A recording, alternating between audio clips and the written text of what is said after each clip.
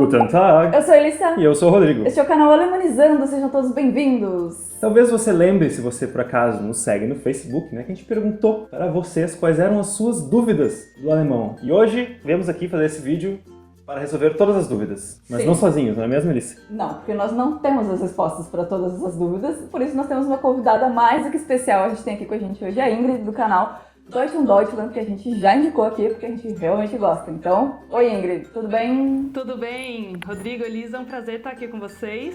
Obrigada por esse convite tão especial, adorei. E quanta pergunta cabeluda, hein? Sim, nós tivemos várias perguntas no Facebook, a gente pediu para vocês serem bem específicos, mas não foi bem isso que aconteceu na maioria dos casos, né? As pessoas têm realmente dúvidas muito amplas, muito complicadas de certa forma de responder, né? Eu consigo entender isso, que na verdade a pessoa tá tão perdida que não consegue nem explicar o que é a dúvida. Assim, a dúvida é o alemão. Então, Ingrid, o que se destacou dentro dessas perguntas para ti, assim, que tu leu? Deu uma olhadinha. Sim.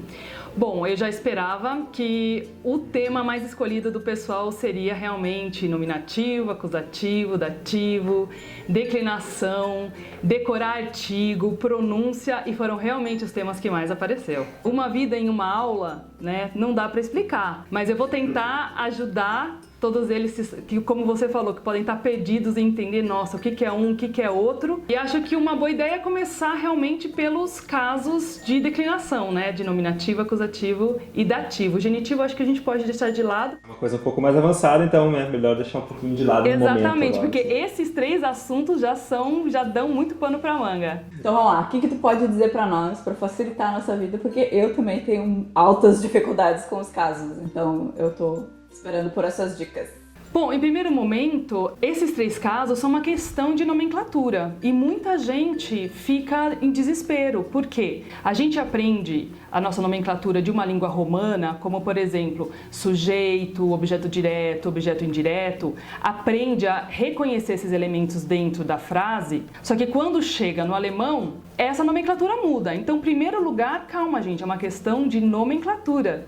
Né? Como a gente está lidando com uma língua anglo-saxã e não mais uma língua romana, não é à toa que eles também têm uma nomenclatura bem própria. O que eu posso dizer em linhas gerais, porque eu vou tentar resumir, claro, esse tema bicho-papão em linhas gerais no primeiro momento, e a gente pode até pedir para os nossos seguidores pedirem perguntas mais específicas da próxima vez, para que a gente vá direto ao ponto. Então, assim, é uma questão primeiro de nomenclatura. O nominativo, ele nada mais é do que o sujeito de uma oração, e esse sujeito, quando a gente fala sujeito, muita gente imagina uma pessoa. E não, pode ser pessoa, pode ser um objeto, pode ser uma ideia abstrata, mas é a mesma coisa. Sujeito e nominativo é a mesma coisa. O acusativo, ele é objeto direto. Se a gente for pensar que todo verbo vai pedir objeto direto ou não, quando ele pedir, isso vai ser o seu acusativo. Eu falo sempre assim, gente, perguntem para o verbo o que é que ele quer. Ele tem uma passagem do sujeito para o verbo com um trampolinzinho ou sem um trampolinzinho? Ele é direto, por exemplo, quem tem algo, ou quem tem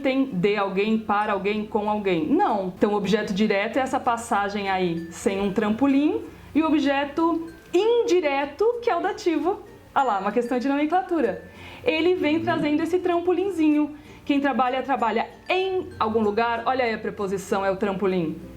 Eu trabalho em algum lugar, eu preciso de algo, eu pergunto para alguém e assim por diante. Agora, essa questão da declinação é que vai mudar tudo, porque além da gente ver que eles têm funções na frase bem específicas, eles trazem uma declinação, que eu falo que em português a gente não tem isso, e é por isso que todo mundo estranha. As coisas, como elas aparecem na frase, elas vão determinar como as coisas acontecem. Por exemplo, eu falo, o cachorro mordeu o menino. Ok, todo mundo fez uma imagem, todo mundo entendeu, mas se a gente muda, o cachorro mordeu o menino... O menino mordeu o cachorro. Desculpa, o contrário, o menino mordeu o cachorro, fica bizarro, só que a gente vai ter o pra lá, o menino mordeu o cachorro, então a gente tem tudo igual. E o caso contrário também, o cachorro mordeu o menino, fica tudo igualzinho. Em alemão isso muda. Se a gente pudesse fazer uma tradução bem tosca assim da língua portuguesa, é como se a gente tivesse uma coisa tipo assim, o cachorro mordeu um menino. Ou no menino, alguma coisa modificaria ali. Só que a gente não tem. E a língua alemã traz essa modificação. Porque a gente tem lá, der Hund beißt den Junge.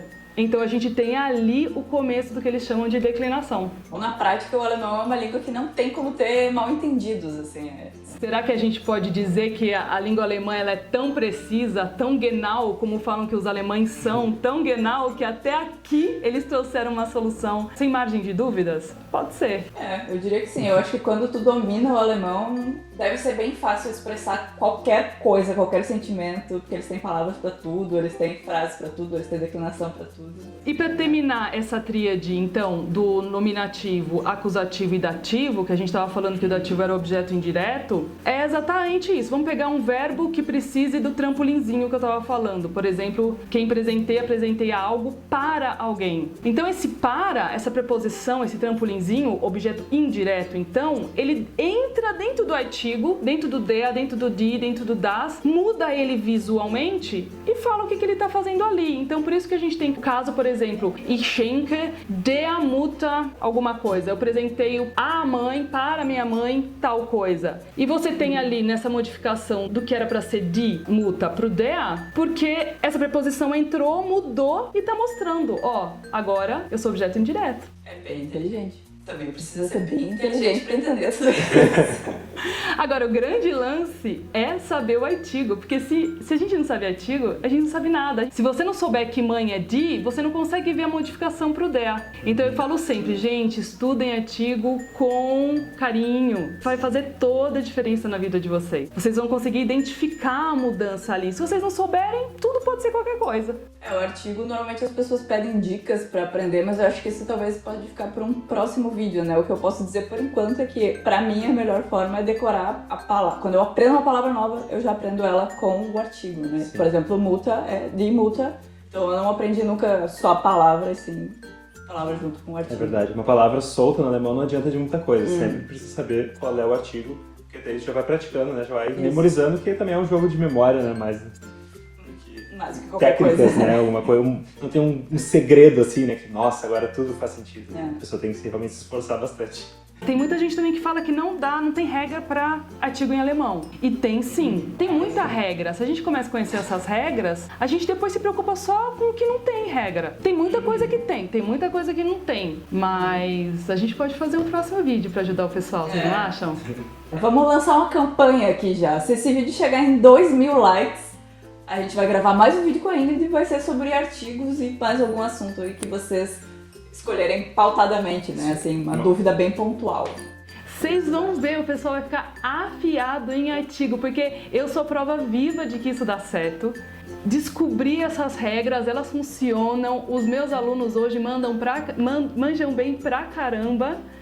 Então vai dar certo, tenho certeza. Olha, então tá aí, ó. Se esforcem pra dar os likes nesse vídeo. E daí nós vamos longe, nós aprenderemos todos os artigos do alemão. Esse grande inimigo do iniciante, né, que está começando a aprender alemão, é um dos maiores inimigos que existe, eu acho. Claro, porque o bicho-papão é declinação e quem não souber artigo não vai conseguir declinar. Outra coisa que as pessoas perguntaram, que é bem amplo até, né, que é uma coisa meio vai de cada um, foi sobre a pronúncia, né? Várias pessoas perguntaram assim, como pronunciar o R alemão, ou então o CH, o I. Tem várias maneiras, na verdade, né? Tem um monte de dialeto aqui na Alemanha, então existe a resposta certa, que é o Hochdeutsch, né? Mas existem várias variações também. Tem algumas pronúncias, como por exemplo o R, que pode ser, que muita gente pergunta também, e como eu vou falar o R que o alemão fala? É difícil, porque a criança tem que ser exposta e ela tenta produzir esse R. Depois que esse período passa, onde a gente consegue produzir alguns sons, fica mais difícil para o adulto conseguir fazer a mesma coisa. Por exemplo, tem uns R's do suíço, so sorry, não rola, impossível. Jamais. Até Nunca será um R suíço. E assim, esse esforço pode acontecer com adulto, alguns conseguem melhor, porque às vezes já sabem outras línguas, porque ouviram outros sons, ou o pai, ou né, falando. Tem pessoas que vão ter mais dificuldade mesmo. E aí eu acho que o grande lance é saber diferenciar na língua alemã o R do H. Não importa qual forma cada um consiga solucionar isso. Se tá perfeito que nem do alemão ou não. Né? Vai ser difícil ficar na maioria dos casos, mas saibam diferenciar esses dois. Eu falo uma coisa suave, que é o H, H, tipo Rose, ou eu falo rosa, que é aquele R do alemão que é Rose, porque isso vai ser totalmente diferente.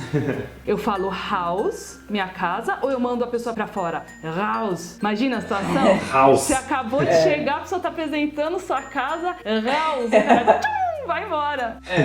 É verdade, isso é mais importante do que ficar se atentando às pequenas minúcias da pronúncia, é saber o que é diferente, né? Pra não rolar esses mal entendidos. Então assim, não precisa ficar perfeito o do alemão, mas diferenciar os dois, basta, tá de bom tamanho. Essa é uma ótima dica. Sim, muita gente talvez se foque muito em querer ser perfeccionista, em ser perfeito, mas quando vê realmente o que importa, né, é ser entendido.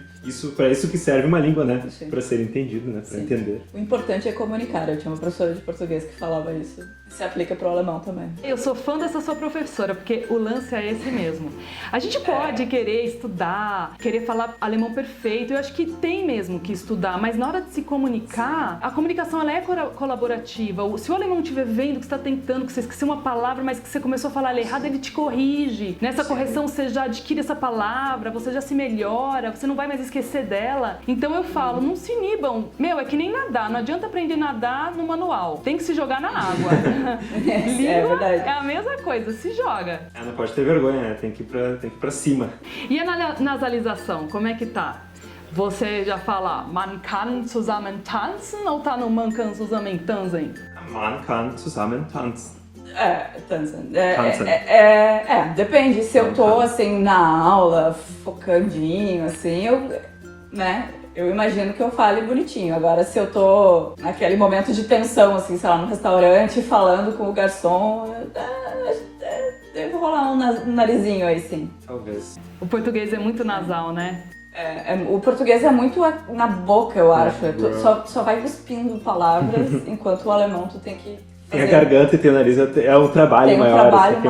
Tem um exercício rolando aí no alemão. Mas quando eu tô tentando falar uma coisa assim e eu percebo que eu tô pronunciando errado, eu me incomodo, assim, porque eu já consigo perceber se tá errado. Então eu tento me corrigir, daí às vezes eu fico falando a mesma palavra várias vezes da frente da pessoa, assim, até sair, assim. Alemães costumam ser pacientes, isso é uma coisa boa. Tu tá se esforçando, eles vão te dar a chance. Gente, eles sabem que alemão é difícil. Tem muito aluno que passa pela situação de falar na Alemanha assim, eu tô aprendendo alemão. E muitos alemães falam, nossa, mas por quê? Por que tá fazendo isso contigo? É masoquista, cara? Tu é louco? Porque com o inglês, com o espanhol, com tantas línguas, né? E dessa forma também ficou a dica agora para nasalização. Vocês viram que muita gente perguntou também sobre essa coisa da parte nasal, que o alemão não tem. Então, mais uma pergunta respondida. Sim, olha, a gente tá indo longe aí. Esses assuntos amplos a gente tá conseguindo... Cobrir território. Teve também uma pessoa que falou sobre o Konjunktiv-2, que é um tema já para quem já está estudando bastante tempo alemão. Ele falou que os alemães muitas vezes não sabem a forma correta de usar. E ele tá correto. Muitas vezes o alemão, ele fala errado também. Acho que se criou um clichê, uma ideia de que o alemão fala tudo perfeitamente, não sei o quê. Mas não, assim como a gente, né, tem umas escorregadelas, o alemão também vai ter. Se você perguntar muitas vezes o genitivo pro alemão, se é, por exemplo, des Zones ou des Zons, muitas vezes ele vai falar, não sei, vê no dicionário. Por exemplo, quando uma pessoa brasileira está falando português correto, ele soa bem pomposo, né? Tu acha que acontece isso no alemão também? O cara vai parecer um rei, um antigo rei prussiano, se o cara ficar falando tudo corretamente? Ou... Vai, isso aconteceu comigo. Um amigo meu falou assim, olha, dá pra saber que você não é alemã? Porque você fala certo demais. Muito bom. Sabe, genitive, aquela forma que você viu no livro e não sei o quê. E claro, tudo é uma adaptação. Você tá ali com seus amigos, às vezes escorrega uma forma mega rebuscada, e aí eles percebem, nossa, ficou over, né? Opa, foi longe demais. A gente tem uma amiga alemã que falou que genitiv, a pessoa tem que ser muito, educada e um Kaiser mesmo, pra estar falando em genitiv, não é normal. Assim, né? E é isso também, eles até colocaram uns verbos em português muito legais, como polir, né? Que também a gente não sabe como é que é o passado de polir. Polo? Não sei, sinceramente, né? Em alemão é a mesma coisa. Assim como a gente fala, como é que eles falam em alemão? É o Umgangssprache, né? Que é a língua das ruas.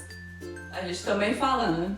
Que seria o coloquial, no caso. É o coloquial. A língua das ruas. Não é como se a pessoa fosse, um rapper, assim. Esse é outro tipo de... Também não é pra tanto, né?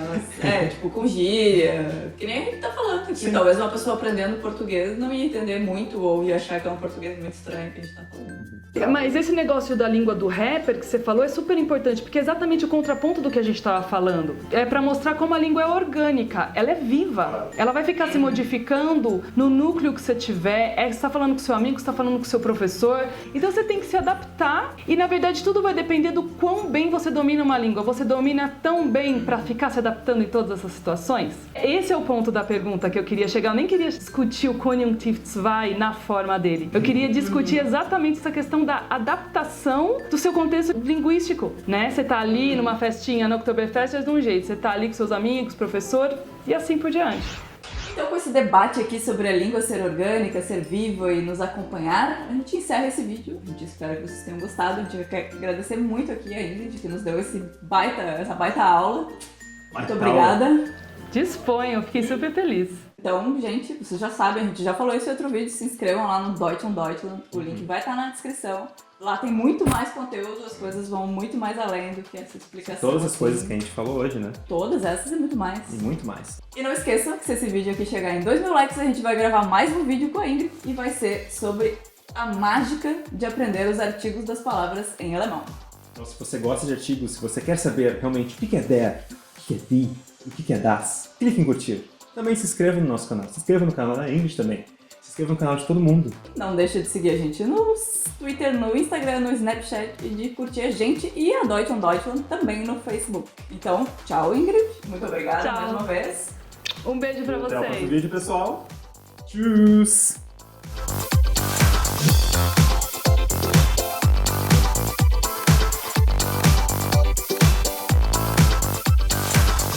Uma coisa viva, um ser orgânico que nos acompanha e pode mudar com tudo. E o importante é, eu tô viajando loucamente na minha língua. Tenta resumir isso. E esse vídeo vai ser sobre o que era mesmo? Adjetivos. Sobre os adjetivos. A mágica de aprender todos os adjetivos. É aprender adjetivos. É verdade. Vai ser uma mão na roda. Não é adjetivo, é artigo. Tá, de novo. Estou confusa.